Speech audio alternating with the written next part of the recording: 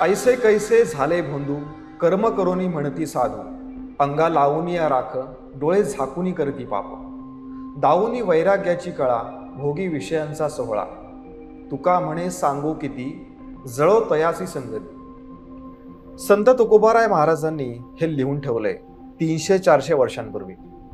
आज एकीकडे आपण शिक्षणाच्या जोरावरती अवकाशात झेप घेतोय, पण दुसरीकडे आपल्यापैकीच काही जण अंधश्रद्धेचा आधार घेऊन त्याचा बाजार मांडतात. राजेंद्र गडगे नावाचा एक बंधू आहे, त्याच्यापैकीच एक आहे. अर्थात तो काही एकटा नाहीये. काय आहे, आपल्याकडे म्हणजे आपल्या देशामध्ये पकडला तोच चोर असतो. जोवर पकडले जात नाहीत तोवर भोंदोगिरी करायला सगळे मोकळे असतात, जसे आत्ता आहेत.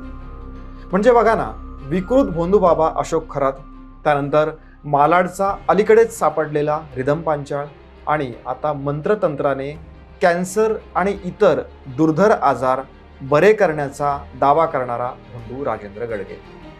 अशी कोणती कृत्य केली त्या भोंदू राजेंद्र गडगेने? दत्तधाम सरकार पूर्वज मुक्तिधाम केंद्र उभे करेपर्यंत झोपा काढत होतं का प्रशासन?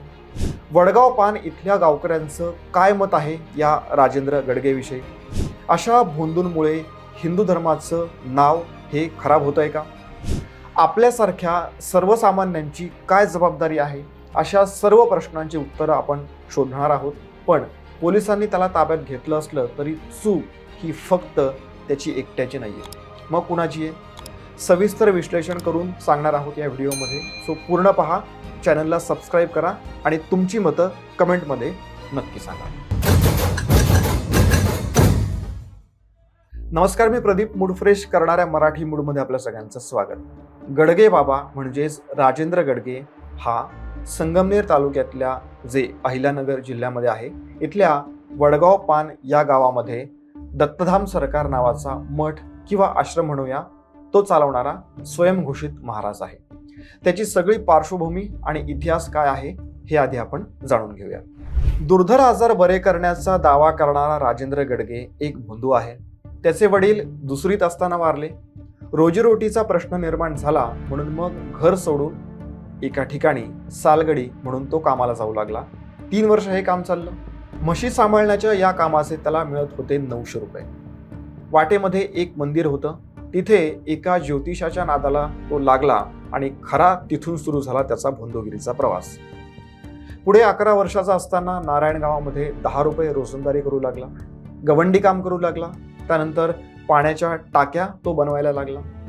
रोजंदारी वाढली तेव्हा दर गुरुवारी शिर्डीला जाण्याचा संकल्प हा त्याने केला. पैसे वाढत गेले. त्यानंतर 2-3 वर्षाने हे काम सोडून तो पुन्हा घरी आला. जमवलेल्या पैशातून मंदिर बांधलं असा त्याचा दावा आहे. या मंदिरामध्ये गर्दी व्हायला लागली, पण देवाला बघायचं म्हणून त्याने पुन्हा घर सोडलं आणि गाणगापूरला गेला. एक दिवस तो आणि त्याचा आणखी एक साथीदार यांनी गिरनार पर्वतावरती जायचं असं ठरवलं. पण जाण्याच्या दिवशी पहाटे या राजेंद्र गडगेला दत्तगुरूंचा साक्षात्कार झाला. आता ही सगळी कहाणी त्याने स्वतः सांगितली बरं का. हे सांगतानाही त्याने जे काही दावे केले ते किती भंपक आहेत हे कळतं. जसं की गाणगापुरात त्याने मौनव्रत धारण केलं होतं. मग जर का असं होतं तर त्याच्या साथीदाराशी तो कसा बोलला? सिमेंटच्या टाक्या बनवताना आलेल्या पैशातून मंदिर उभारलं असं त्याचं म्हणणं होतं. आता सिमेंटच्या टाक्या विकून 121 फुटी मंदिर उभारता येतं का? बरं, तुमच्याकडे खायला पैसे नव्हते तर मग माझी इस्टेट बापजाद्याची आहे, मी ती सोडणार नाही, या विधानाचा अर्थ काय लावायचा? मी आत्मज्ञानी, मंत्रतंत्राचा बाप असा दावा करणारा गडगे आलेल्या भक्तांची विचारपूस कशाला करत होता? त्याला तर सगळं माहीत असायला पाहिजे ना. आणि अशीही माहिती समोर येते की त्याने मंदिरासोबत औषधालय सुद्धा सुरू केलेलं. तिथून भक्तांना महागडी औषधं ही विकली जात होती.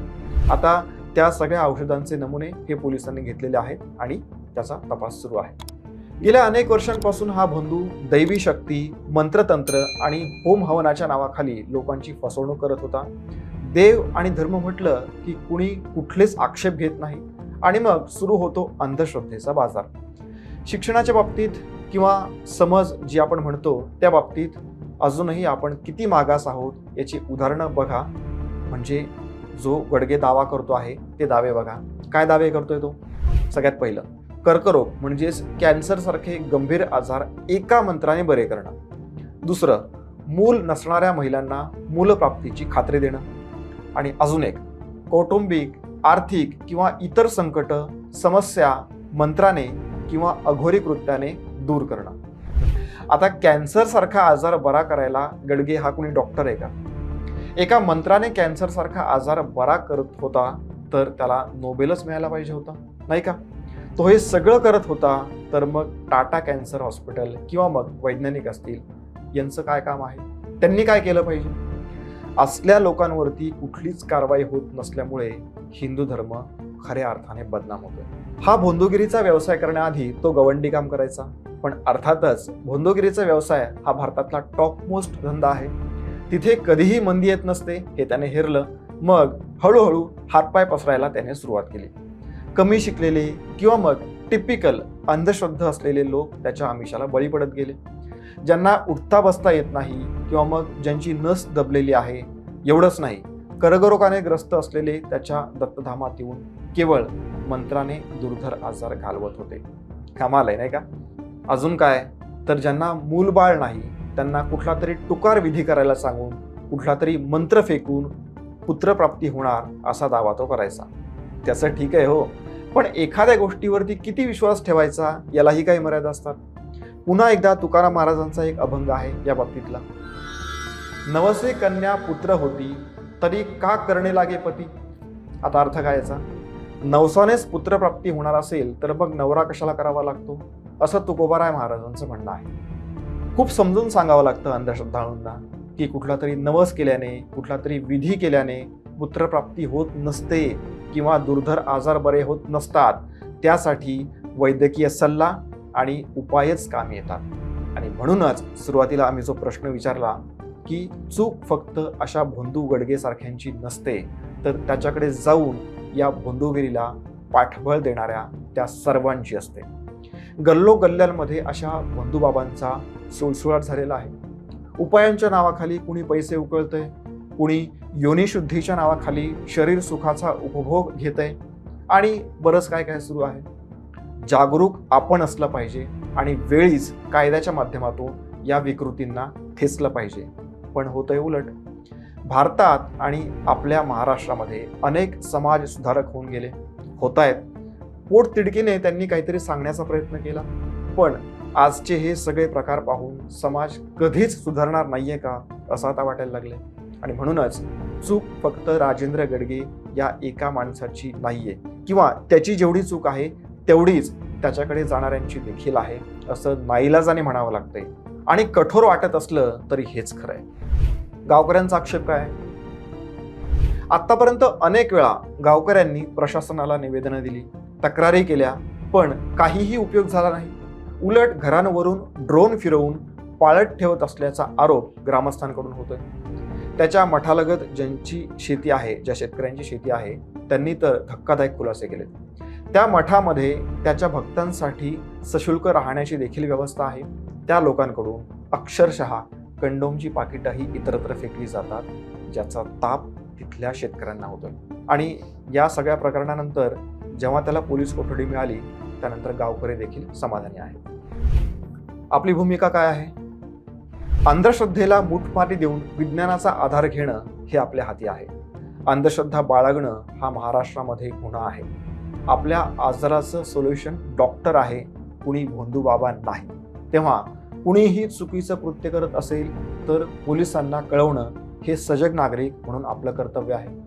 घटनेमध्ये देखील याचा उल्लेख आहे. आपल्या महाराष्ट्राला उज्ज्वल अशी परंपरा आहे समाज सुधारकांची.